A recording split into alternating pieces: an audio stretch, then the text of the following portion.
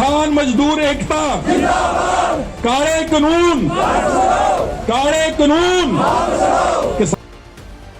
खेती कानूनों के खिलाफ फरीके पतन विखे सरताज सिंह संधू की अगवाई हेठ दाणा मंडी के बाहर रोस धरना दिता गया, जिस दे विच विशेष तौर पर विधायक सुखपाल सिंह खैरा पुजे। उन्होंने इकट्ठ नूं संबोधन करते हुए कहा कि कानून ਉਹ बनाए जाण ਜਿਹੜੇ लोगों ਨੂੰ मंजूर होण, पर बड़ी हैरानी वाली गल है कि कानून ਉਹ बनाए जा रहे हैं ਜਿਹੜੇ लोगों ਨੂੰ मंजूर नहीं हैं ਅਤੇ ਲੋਕ ਮਾਰੂ ਹਨ। ਇਹਨਾਂ ਕਾਲੇ ਕਾਨੂੰਨਾਂ ਦਾ ਪੰਜਾਬ ਦੇ ਬੱਚੇ ਨੇ ਵਿਰੋਧ ਕੀਤਾ ਹੈ ਤੇ ਸਾਰੇ ਧਰਮਾਂ, ਕਿਸਾਨਾਂ, ਮਜ਼ਦੂਰਾਂ, ਵਪਾਰੀਆਂ, ਦੁਕਾਨਦਾਰਾਂ ਨੇ ਸਾਰੇ ਵਰਗਾਂ ਦੇ ਲੋਕਾਂ ਨੇ ਇਹਨਾਂ ਕਾਲੇ ਕਾਨੂੰਨਾਂ ਦਾ ਬਹੁਤ ਸਖਤੀ ਨਾਲ ਵਿਰੋਧ ਕੀਤਾ।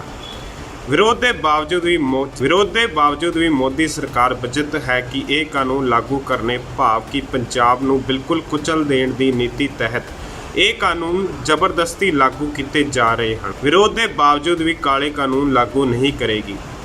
ਉਹਨਾਂ ਕਿਹਾ ਕਿ ਮੈਂ ਖੁਦ ਪ੍ਰਧਾਨ ਮੰਤਰੀ ਸਾਹਿਬ ਨੂੰ ਇੱਕ ਚਿੱਠੀ ਲਿਖ ਕੇ ਦੇਸ਼ 'ਚ ਗੁਜਰਾਤ, ਮਹਾਰਾਸ਼ਟਰ ਸਮੇਤ 10 ਸੂਬੇ ਹਨ ਜਿਨ੍ਹਾਂ ਨੂੰ ਆਰਟੀਕਲ 371 ਤਹਿਤ ਉਹਨਾਂ ਨੂੰ ਕਾਲੇ ਕਾਨੂੰਨਾਂ ਤੋਂ ਛੂਟ ਦਿੱਤੀ ਗਈ ਕਿ ਇਹ ਕਾਲੇ ਕਾਨੂੰਨ ਉਹਨਾਂ ਸੂਬਿਆਂ 'ਤੇ ਧੱਕੇ ਨਾਲ ਲਾਗੂ ਨਾ ਕੀਤੇ ਜਾਣ। ਖਹਿਰਾ ਨੇ ਕਿਹਾ ਜੇਕਰ ਮੋਦੀ ਸਰਕਾਰ ਨੇ ਪੰਜਾਬ 'ਤੇ ਧੱਕੇ ਨਾਲ ਕਾਲੇ ਕਾਨੂੰਨ ਲਾਗੂ ਕੀਤੇ ਤਾਂ 1980 ਦੇ ਦਹਾਕੇ ਵਿੱਚ ਅੱਤਵਾਦ ਦਾ ਦੌਰ ਆਇਆ ਸੀ। ਇਹ ਗੱਲ ਉਧਰ ਵੱਲ ਨੂੰ ਤੁਰੀ ਜਾ ਰਹੀ ਹੈ। ਖਹਿਰਾ ਨੇ ਇਹ ਵੀ ਕਿਹਾ ਕਿ ਪੰਜਾਬ ਦੇ ਲੋਕ ਸ਼ਾਂਤਮਈ ਤਰੀਕੇ ਨਾਲ ਆਪਣਾ ਵਿਰੋਧ ਜਤਾ ਰਹੇ ਹਨ। ਜੇਕਰ ਮੋਦੀ ਸਰਕਾਰ ਬਚਿੱਤ ਰਹੀ ਤਾਂ ਕੋਈ ਵੀ ਇਸ ਤਰ੍ਹਾਂ ਦਾ ਧਰਨਾਕਾਰੀਆਂ ਤੇ ਇਨਸੀਡੈਂਟ ਹੁੰਦਾ ਉਸ ਦਾ ਮੋਦੀ ਸਰਕਾਰ ਜ਼ਿੰਮੇਵਾਰ ਹੋਵੇਗੀ। ਬੜੇ ਅਫਸੋਸ ਦੀ ਗੱਲ ਆ ਕਿ ਜਮਹੂਰੀਅਤ ਦਾ ਸਭ ਤੋਂ ਵੱਡਾ ਅਸੂਲ ਇਹੀ ਆ ਕਿ ਉਹ ਕਾਨੂੰਨ ਬਣਾਏ ਜਾਣ ਜਿਹੜੇ ਲੋਕਾਂ ਨੂੰ ਪ੍ਰਵਾਨ ਹੋਣ। ਪੰਜਾਬ ਦੇ ਬੱਚੇ ਨੇ ਇਸ ਦਾ ਵਿਰੋਧ ਕਰ ਦਿੱਤਾ, ਸਾਰੇ ਧਰਮਾਂ ਨੇ ਕਰਤਾ, ਸਾਰੇ ਵਰਗਾਂ ਨੇ ਕਰਤਾ, ਕਿਸਾਨਾਂ ਨੇ, ਮਜ਼ਦੂਰਾਂ ਨੇ, ਵਪਾਰੀਆਂ ਨੇ। ਜੇ ਮੋਦੀ ਸਾਹਿਬ ਹਲੇ ਵੀ ਬਜਿੱਦ ਨੇ ਕਿ ਅਸੀਂ ਕਾਨੂੰਨ ਲਾਗੂ ਕਰਨਾ, ਫਿਰ ਮੈਂ ਸਮਝਦਾ ਕਿ ਉਹ ਪੰਜਾਬ ਨੂੰ ਇੱਕ ਮਿੱਥ ਕੇ ਨੀਤੀ ਦੇ ਤਹਿਤ ਕੁਚਲਣਾ ਚਾਹੁੰਦੇ ਨੇ ਸਾਡੀ ਆਰਥਿਕਤਾ ਨੂੰ।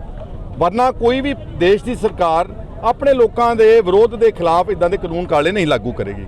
ਔਰ ਅਸੀਂ ਤਾਂ ਉਹਨਾਂ ਨੂੰ ਇੱਕ ਰਾਹ ਵੀ ਦਿੱਤਾ ਸੀਗਾ ਔਰ ਮੈਂ ਚਿੱਠੀ ਵੀ ਪੱਤਰ ਵੀ ਲਿਖਿਆ ਪ੍ਰਾਈਮ ਮਿਨਿਸਟਰ ਸਾਹਿਬ ਨੂੰ ਕਿ ਅੱਜ ਵੀ ਦੇਸ਼ ਵਿੱਚ 10 ਸੂਬੇ ਨੇ, ਗੁਜਰਾਤ ਸਮੇਤ, ਮਹਾਰਾਸ਼ਟਰ ਸਮੇਤ, ਆਰਟੀਕਲ 371 ਦੇ ਤਹਿਤ ਉਹਨਾਂ ਨੂੰ ਛੋਟ ਹੈ ਕਈ ਕਾਨੂੰਨਾਂ ਤੋਂ ਜਿਹੜੇ ਕਾਨੂੰਨ ਉਹ ਸਮਝਦੇ ਕਿ ਸਾਡੇ ਤੇ ਧੱਕੇ ਨਾਲ ਲਾਗੂ ਨਾ ਕੀਤੇ ਜਾਣ।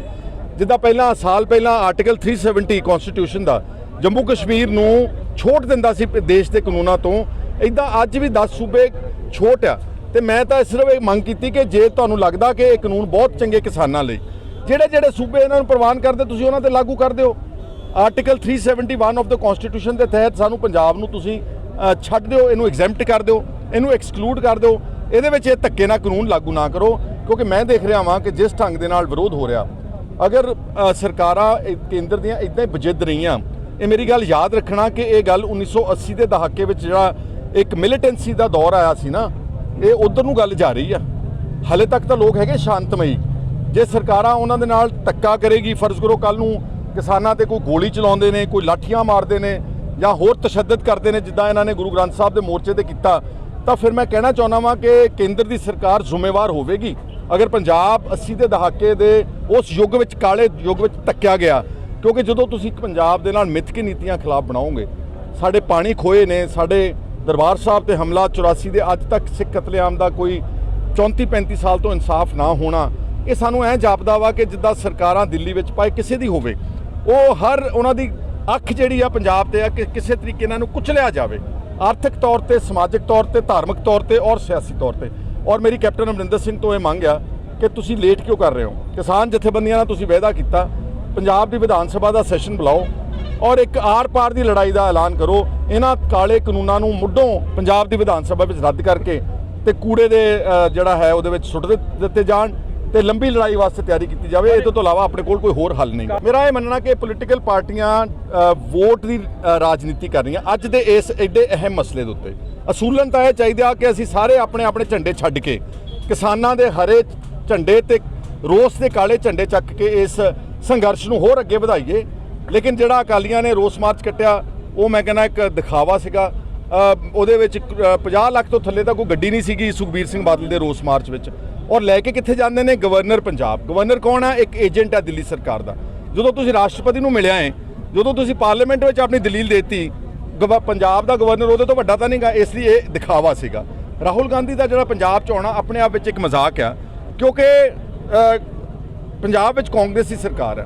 ਉਹ ਕਿਹਦੇ ਖਿਲਾਫ ਰੋਸ ਦਰਜ ਕਰਾਉਣਾ ਚਾਹੁੰਦੇ ਸੀਗੇ? ਅਗਰ ਵਾਕਈ ਕਾਂਗਰਸ ਨੂੰ ਰੋਸ ਆ ਤੇ ਰਾਹੁਲ ਗਾਂਧੀ ਨੂੰ ਇੱਕ ਮੂਵਮੈਂਟ ਲੀਡ ਕਰਨੀ ਚਾਹੀਦੀ, ਪਾਰਲੀਮੈਂਟ ਦੇ ਬਾਹਰ ਜਾ ਕੇ ਜਾਂ ਪ੍ਰਾਈਮ ਮਿਨਿਸਟਰ ਦੇ ਰਹਿائش ਦੇ ਬਾਹਰ ਜਾ ਕੇ ਇੱਕ ਧਰਨਾ ਦੇਣਾ ਚਾਹੀਦਾ, ਜਿਹਦੇ ਨਾਲ ਪੰਜਾਬ ਦਾ ਜਿਹੜਾ ਰੋਸ ਹੈ ਉਹ ਉੱਥੇ ਤੱਕ ਪਹੁੰਚਾਇਆ ਜਾ ਸਕੇ। ਮੇਰੀ ਨਿਗਾਹ ਵਿੱਚ ਅੱਜ ਦੀ ਡੇਟ ਵਿੱਚ ਸਾਰੀਆਂ ਪੋਲੀਟੀਕਲ ਪਾਰਟੀਆਂ ਇਨਕਲੂਡਿੰਗ ਝਾੜੂ ਉਹ ਇੱਕ ਰਾਜਨੀਤੀ ਟਾਈਪ ਕਰ ਰਹੇ ਨੇ ਤੇ ਅਸਲ ਸੰਘਰਸ਼ ਨੂੰ ਕਿਤੇ ਨਾ ਕਿਤੇ ਉਹ ਚਾਹੁੰਦੇ ਨਹੀਂਗੇ ਕਿ ਕਿਸਾਨ ਕਾਮਯਾਬ ਹੋ ਜਾਣ। ਸਾਡੀਆਂ ਅਰਦਾਸਾਂ ਕਿਸਾਨ ਜਥੇਬੰਦੀਆਂ ਨਾਲ ਆ ਔਰ 100% ਸਮੇਤ ਉਹਨਾਂ ਦੇ ਨਾਲ ਹੈ। ਬੀਬੀ ਹਰਸਿਮਰਤ ਕੌਰ ਬਾਦਲ ਨੇ ਅਸਤੀਫਾ ਦਿੱਤਾ, ਕਹਿੰਦੇ ਵੀ ਅਕਾਲੀ ਦਲ ਦੀ ਕਿਸਾਨਾਂ ਦੀ ਮਾਂ। ਦੇਖੋ ਮੈਂ ਕਹਿ ਚੁੱਕਾ ਨਾ ਕਿ ਅਕਾਲੀ ਦਲ ਦਾ ਜਿਹੜਾ ਕਦਮ ਹੈ, ਜਿਹੜਾ ਬਾਦਲ ਦੇ ਦਲ ਦਾ, ਬਾਦਲ ਦੇ ਪਰਿਵਾਰ ਦਾ, ਇਹਦਾ ਕੋਈ ਇਫੈਕਟ ਨਹੀਂ ਪੰਜਾਬ ਦੇ ਲੋਕਾਂ ਨੂੰ। ਉਹਨਾਂ ਨੂੰ ਪਤਾ ਵਾ ਕਿ ਸਭ ਕੁਝ ਡਰਾਮੇਬਾਜ਼ੀ ਹੋ ਰਹੀ ਆ, ਚਾਹੇ ਉਹ ਰੋਸ ਮਾਰਚ ਆ ਤੇ ਚਾਹੇ ਉਹ ਅਸਤੀਫਾ ਵਾ ਤੇ ਚਾਹੇ ਉਹ ਗੱਠਜੋੜ ਆ। 3-4 ਮਹੀਨੇ ਤਾਂ ਪਹਿਲਾਂ ਵਜ਼ਾਹਤ ਕਰਦੇ ਰਹੇ ਨਾ ਆਰਡੀਨੈਂਸਾਂ ਦੀ, ਲੋਕਾਂ ਦੇ ਜਾ ਕੇ ਇਹਨਾਂ ਨੂੰ ਮਨਾਉਂਦੇ ਲਏ ਨੇ। ਇਸ ਕਰਕੇ ਉਹਨਾਂ ਦਾ ਕੋਈ ਇਫੈਕਟ ਪੰਜਾਬ ਦੇ ਆਮ ਜਨਤਾ ਦੇ ਉੱਤੇ ਨਹੀਂਗਾ, ਬਲਕਿ ਅਕਾਲੀ ਦਲ ਮੈਂ ਸਮਝਦਾ ਵਾਂ ਅੱਜ ਦੀ ਡੇਟ ਵਿੱਚ ਇੱਕ ਕਾਰਪੋਰੇਟ ਅਕਾਲੀ ਦਲ ਹੈ। ਸੁਖਬੀਰ ਸਿੰਘ ਬਾਦਲ ਅੰਬਾਨੀ ਅਡਾਨੀ ਨੂੰ ਕਾਰਪੋਰੇਟ ਤਾਂ ਕਹਿੰਦੇ ਨੇ, ਆਪਣੇ ਨਾਲ ਝਾਤ ਮਾਰ ਲੈਣ। ਇਹਨਾਂ ਦੇ ਹਜ਼ਾਰਾਂ ਕਰੋੜਾਂ ਰੁਪਏ ਦੇ ਵਪਾਰ ਨੇ, ਆਪਣੇ ਪਰਸਨਲ 에ਅਰਕ੍ਰਾਫਟ ਜਹਾਜ਼ ਨੇ, ਇਹ ਦੂਜੇ ਨੂੰ ਕਾਰਪੋਰੇਟ ਕਿੱਦਾਂ ਕਹਿ ਸਕਦੇ? ਇਹ ਕਾਰਪੋਰੇਟ ਅਕਾਲੀ ਦਲ ਹੈ, ਇਹ ਪੁਰਾਣਾ ਅਕਾਲੀ ਦਲ ਹੈ ਹੀ ਨਹੀਂ ਗਾ ਸਕਦਾ। ਜਥੇਬੰਦੀਆਂ ਨੇ ਲੱਖੋਵਾਲ ਨੂੰ ਬਾਹਰ ਕਰ ਦਿੱਤਾ, ਉਹਦੇ ਬਾਰੇ ਤੁਹਾਡੇ ਕੀ? ਮੇਰਾ ਖਿਆਲ ਹੈ ਕਿ ਕਿਸਾਨ ਜਥੇਬੰਦੀਆਂ ਨੇ ਠੀਕ ਫੈਸਲਾ ਲਿਆ ਵਾ, ਕਿਉਂਕਿ ਲੱਖੋਵਾਲ ਦਾ ਆਪਾਂ ਅਗਰ ਦੇਖੀਏ ਥੋੜਾ ਜਿਹਾ ਉਹਨਾਂ ਦਾ ਜਿਹੜਾ ਕਾਰਜਸ਼ੈਲੀ, ਪਹਿਲਾਂ 10 ਸਾਲ ਤਾਂ ਉਹ ਬਾਦਲ ਦੇ ਨਾਲ ਮੰਡੀ ਬੋਰਡ ਦੇ ਚੇਅਰਮੈਨ ਬਣੇ ਰਹੇ ਨੇ, ਪੂਰਾ ਗੱਡੀ ਮੋਟਰ ਹੰਡਾਈ ਆ। ਚਲੋ ਜੇ ਹਲੇ ਵੀ ਕਿਸਾਨਾਂ ਨੇ ਉਹਨਾਂ ਨੂੰ ਨਾਲ ਲਾ ਲਿਆ ਸੀ, ਫਿਰ ਉਹਨਾਂ ਨੂੰ ਇਹਨਾਂ ਦੀ ਬਗੈਰ ਆਗਿਆ ਤੋਂ ਸੁਪਰੀਮ ਕੋਰਟ ਵਿੱਚ ਕੋਈ ਢਿੱਲੀ ਮੱਠੀ ਪਟੀਸ਼ਨ ਨਹੀਂ ਦਾਇਰ ਕਰਨੀ ਚਾਹੀਦੀ, ਕਿਉਂਕਿ ਕੱਲ ਨੂੰ ਫਰਜ਼ ਕਰੋ ਸੁਪਰੀਮ ਕੋਰਟ ਵਿੱਚ ਕੋਈ ਬਿਨਾਂ ਕਿਸੇ ਤੱਥਾਂ ਤੋਂ ਕੋਈ ਇਦਾਂ ਦੀ ਪਟੀਸ਼ਨ ਦਾਇਰ ਕਰਤੀ ਜਿਹੜੀ ਉੱਥੋਂ ਵੀ ਭੁਆ ਕੇ ਉਹਨਾਂ ਨੇ ਮਾਰਤੀ, ਤੇ ਫਿਰ ਸਾਡੇ ਕੋਲ ਹੋਰ ਕੋਈ ਬਹੁਤੀਆਂ ਆਪਸ਼ਨਸ ਹੈ ਨਹੀਂ ਗੀਆਂ। ਇਸ ਲਈ ਲੱਖੋਵਾਲ ਆਈ ਥਿੰਕ ਜਿਹੜੇ ਨੇ ਉਹਨਾਂ ਨੂੰ ਸ਼ੰਭੂ ਮੋਰਚੇ ਦੇ ਉੱਤੇ ਜਾਣਾ ਚਾਹੀਦਾ, ਉਹਦੇ ਬਾਰੇ ਤੁਹਾਡੇ ਕੀ ਵਿਚਾਰ? ਅਸੀਂ ਉਹਨਾਂ ਦੇ ਹਰ ਸੰਘਰਸ਼ ਵਿੱਚ 25 ਤਰੀਕ ਦਾ ਜਿਹੜਾ ਬੰਦ ਸੀਗਾ, ਮੈਂ ਨਡਾਲੇ ਆਪਣੇ ਹਲਕੇ ਦੇ ਵਿੱਚ ਉਹਨਾਂ ਦੇ ਇਕੱਠ ਵਿੱਚ ਜਾ ਕੇ ਪੂਰਾ ਕੰਮ ਕੀਤਾ। ਮੈਂ ਹਰ ਪ੍ਰੋਗਰਾਮ ਵਿੱਚ ਜਾਣ ਲਈ ਤਿਆਰ ਹਾਂ, ਪਰ ਮੈਨੂੰ ਇਹ ਹਾਲੇ ਮੈਂ ਐਂ ਜਾਪ ਰਿਹਾ ਜਿੱਦਾਂ ਕਿ ਇਹ ਜਿਹੜੇ ਥੋੜੇ ਕਲਾਕਾਰ ਨੇ, ਇਹਨਾਂ ਵਿੱਚ ਥੋੜਾ ਆਪਸ ਵਿੱਚ ਡਿਫਰੈਂਸਿਸ ਨੇ। ਮੈਂ ਉਹਨਾਂ ਨੂੰ ਵੀ ਅਪੀਲ ਕਰਦਾ ਕਿ ਤੁਸੀਂ ਸਾਡੇ ਸਤਿਕਾਰਯੋਗ ਨੌਜਵਾਨ ਹੋ, ਤੁਸੀਂ ਬੜੇ ਲੋਕਪ੍ਰਿਯ ਸਾਡੇ ਆਰਟਿਸਟ ਹੋ, ਇੱਕ ਥਾਂ ਇਕੱਠੇ ਹੋ ਜਾਓ। ਜੇ ਕੋਈ ਛੋਟੇ ਮੋਟੇ ਆਪਣੇ ਡਿਫਰੈਂਸਿਸ ਉਹਨੂੰ ਖਤਮ ਕਰ ਦਿਓ, ਵਰਨਾ ਲੋਕ ਕਹਿਣਗੇ ਕਿ ਪੋਲੀਟੀਕਲ ਪਾਰਟੀਆਂ ਵਾਂਗੂ ਤੁਸੀਂ ਵੀ ਆਪਸ ਵਿੱਚ ਰਾਜਨੀਤੀ ਕਰ ਰਹੇ ਹੋ। ਇਸ ਲਈ ਜਿੱਦਣ ਉਹ ਇਕੱਠੇ ਹੋ ਜਾਣਗੇ, ਜਿੱਥੇ ਕਾਲ ਦੇਣਗੇ 100% ਉਹਨਾਂ ਦੀ ਸਪੋਰਟ ਕਰਾਂਗੇ। ਜੇ ਤਾਂ ਬਹੁਤ ਹੀ ਹਾਸੋਹੀਣੀ ਗੱਲ ਬਣ ਗਈ ਹੈ ਅਕਾਲੀ ਦਲ ਦੀ ਰੈਲੀ ਕਰਨਾ, ਕਿਉਂਕਿ ਕਈ ਲੋਕ ਕਹਿੰਦੇ ਆ ਹਰਸਿਮਰਤ ਕੌਰ ਨੇ ਅਸਤੀਫਾ ਦਿੱਤਾ। ਹਰਸਿਮਰਤ ਕੌਰ ਨੇ ਅਸਤੀਫਾ ਦਿੱਤਾ ਨਹੀਂ, ਉਹਦੇ ਕੋਲੋਂ ਅਸਤੀਫਾ ਲਿਆ ਗਿਆ ਹੈ ਤੇ ਹੁਣ ਉਹਨਾਂ ਦੇ ਕੋਲੇ ਕੋਈ ਹੋਰ ਚਾਰਾ ਹੀ ਨਹੀਂ ਹੈ। ਤੇ ਤੁਸੀਂ ਇਹ ਵੇਖ ਲਓ ਵੀ ਉਹਨਾਂ ਨੂੰ ਕੌਣ ਪੰਜਾਬ ਦੇ ਵਿੱਚ ਐਕਸੈਪਟ ਕਰ ਰਿਹਾ, ਕੌਣ ਉਹਨਾਂ ਦੀ ਗੱਲ ਸੁਣ ਰਿਹਾ। ਸਾਰੇ ਉਹਨਾਂ ਦਾ ਮਖੌਲ ਜਿਹੜਾ ਉਡਾ ਰਹੇ ਆ। ਹਜੇ ਤਾਂ ਉਹਨਾਂ ਕੋਲੋਂ ਬੇਅਦਬੀਆਂ ਵਾਲਾ ਮਸਲਾ ਹੀ ਜਿਹੜਾ ਹੈ ਉਹਦਾ ਜਵਾਬ ਦੇਣ ਦੇ ਉਹ ਕਾਬਲ ਨਹੀਂ ਹੋਏ। ਤੇ ਜੇ ਇਹ ਆਪਾਂ ਸਮਝੀਏ ਕਿ ਬਾਦਲ ਦਲ ਇਸ ਤਰ੍ਹਾਂ ਕੋਈ ਮਾਰਚ ਕੱਢ ਕੇ, ਤੇ ਪੁੱਠੀ ਗੱਲ ਉਹਨਾਂ ਨੇ ਇਹ ਕੀਤੀ ਆ ਵੀ ਆਮ ਕਰਕੇ ਇਹੀ ਹੁੰਦਾ ਕਿ ਜਦੋਂ ਤਖਤ ਜਿਹੜੇ ਸਾਡੇ 3 ਤਖਤ ਹੈ, ਮਾਰਚ ਤਖਤਾਂ ਵੱਲ ਲਿਆਏ ਜਾਂਦੇ ਆ, ਨਾ ਕਿ ਮਾਰਚ ਹੈ ਜਿਹੜੇ ਉਹ ਤਖਤ ਤੋਂ ਲਿਜਾਏ ਜਾਂਦੇ ਆ। ਤੇ ਉਹਨਾਂ ਨੂੰ ਪਤਾ ਨਹੀਂ ਉਹਨਾਂ ਦੀ ਬੇਸਮਝੀ ਕੀ ਹੈ ਇਹ ਵੀ ਉਹਨਾਂ ਨੇ ਗਵਰਨਰ ਵੱਲ ਨੂੰ ਉਹ ਤਖਤਾਂ ਤੋਂ ਲੈ ਕੇ ਜਾਂਦੇ ਆ, ਜਦੋਂ ਕਿ ਉਹਨਾਂ ਨੂੰ ਚਾਹੀਦਾ ਸੀ ਵੀ ਤਖਤਾਂ ਤੋਂ ਤੇ ਮੋਰਚੇ ਲੱਗੇ ਆ ਹਮੇਸ਼ਾ।